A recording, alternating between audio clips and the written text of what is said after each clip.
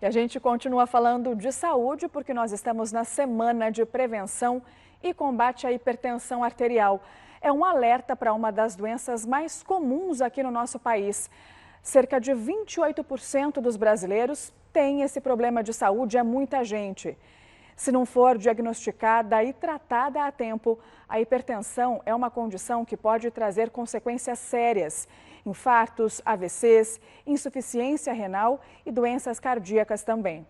Para falar sobre esse assunto importante, eu recebo aqui agora no SP Record a cardiologista Natália Gomide. Doutora, seja muito bem-vinda aqui ao SP Record.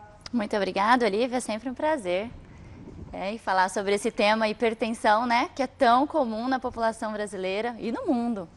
Doutora, então comece explicando para a gente o que é a hipertensão arterial. Certo, a hipertensão arterial é uma doença crônica que ao longo do tempo os níveis altos de pressão vêm sobrecarregando o nosso sistema.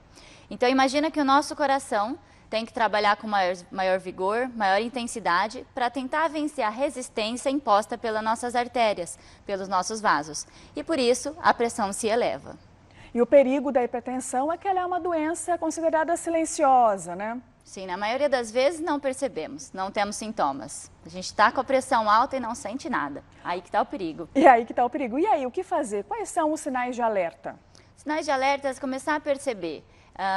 Às vezes o paciente vai sentir dores de cabeça, dores na nuca, sensação do coração acelerado, até mesmo uma dor no peito, pode chamar atenção. A cabeça meio aérea, aquele dia que você não está muito legal, isso faz sentido, né? Até um zumbido no ouvido, a visão embaçada, é importante aferir nossa pressão. Doutora, e os fatores de risco para quem desenvolve, então, para quem tem uma tendência a desenvolver a hipertensão arterial? Isso que você falou é importante, a tendência, né? A gente tem com muita base a genética. Às vezes os nossos pais, nossos avós já são hipertensos e a gente tem que fazer um diagnóstico precoce. Então, mas além da genética, o nosso estilo de vida, como por exemplo o sedentarismo, a prática ilegal aí de uso de substâncias, de drogas, o tabagismo, né? O uso de álcool em excesso, tudo isso contribui negativamente para os nossos valores de pressão. E a pressão alta, ao longo do tempo, pode trazer consequências para o nosso coração. Pressão alta. A partir de que número a pressão está considerada alta? Eu tenho que me preocupar. Para dar o diagnóstico de hipertensão, 14/9, é o 140/90. Acima disso, a gente consegue dizer em hipertensão. Até os 14/9, por exemplo, os 13/8, já chama atenção. A gente já tende a chamar de pré-hipertenso ou, na nova nomenclatura, uma pressão elevada. Então, isso a gente tem que perceber. A partir dos 14/9, acender a luz e buscar um tratamento, um médico para te orientar. E com que frequência, então, eu tenho que fazer essa aferição da pressão? Pelo menos uma vez ao ano, ou quando sentir sintomas. Bom, e ficar de olho aí, se eu tenho alguém na família, então, eu já tenho que ficar mais esperto com relação à hipertensão, né? Porque eu posso desenvolver. Exatamente, a genética é muito importante. Mas além da genética, nós temos as causas da hipertensão, podem ser secundárias, né? Como o nosso estilo de vida muito ruim, a falta de atividade física, a alimentação, a ingesta de sódio em excesso, isso tudo contribui negativamente. A gente sabe que a dieta da população brasileira é altamente salgada, né? E realmente, a Organização Mundial de Saúde prediz que a gente tem que ter pelo menos um consumo de sal de 5 gramas ao dia. E isso corresponderia a 2 gramas de sódio. E às vezes a gente ultrapassa e muito nessa quantidade. Então o sal é realmente um dos vilões, então, para a hipertensão, né? É um dos vilões. Assim como o álcool e o cigarro, eu diria.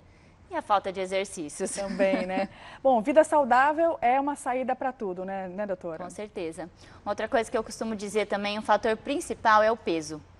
Quando a gente está acima do peso, é aquilo que implica mais a nossa pressão alta. Tanto que quando a gente perde peso, os nossos níveis de pressão melhoram e muito. A cada 5 quilos de peso que a gente consegue perder, nós conseguimos ter uma média de redução de 5 milímetros de mercúrio na pressão máxima, ou também chamada sistólica, e 4 milímetros na diastólica. Ou seja, muda muito. Aquele paciente que tinha uma pressão de 130, perdeu 5 quilos, vai passar a ter 125. Às vezes ele não precisa mais de tratamento. Então, a perda de peso alcançar esse objetivo é o que vai mais impactar na nossa saúde. Então, num primeiro momento, o tratamento é realmente adequar o estilo de vida para um estilo mais saudável. Exatamente. Depois, se isso não funcionar, é que entram os medicamentos. Exatamente. Às vezes nem precisa de remédio. Às vezes aquele paciente mais limítrofe como esse consegue ter um controle só com a mudança dos seus hábitos. Mas em alguns casos é necessário entrar com um tratamento. E deva sempre fazer isso com um médico, um clínico, um cardiologista que possa te orientar ao medicamento correto. Manter o medicamento sempre no mesmo horário, tomar todos os dias, né? E ter um acompanhamento com o médico para ver se a dose está adequada ou não. E para a gente encerrar, quais os riscos se eu não tratar adequadamente a hipertensão? Principal, doenças cardiovasculares, como o infarto, o AVC, as doenças isquêmicas do coração, né? Esse é o nosso maior medo e o nosso principal alvo de tratar, porque isso aí pode ser muito debilitante. Imagina um AVC, né? E então, combater realmente esse dia de amanhã, o dia 26 de abril, que é o Dia Nacional de Combate e Prevenção à Hipertensão Arterial, traz pra gente essa lembrança de cuidar da nossa saúde e começa com a gente a nossa saúde, né? Nosso cuidado é conosco mesmo. Doutora, muito obrigada mais uma vez pela sua participação aqui com a gente no SP Record, com esclarecimentos tão importantes para a população. Eu agradeço, Olivia. Até a próxima. Até a próxima. Boa noite.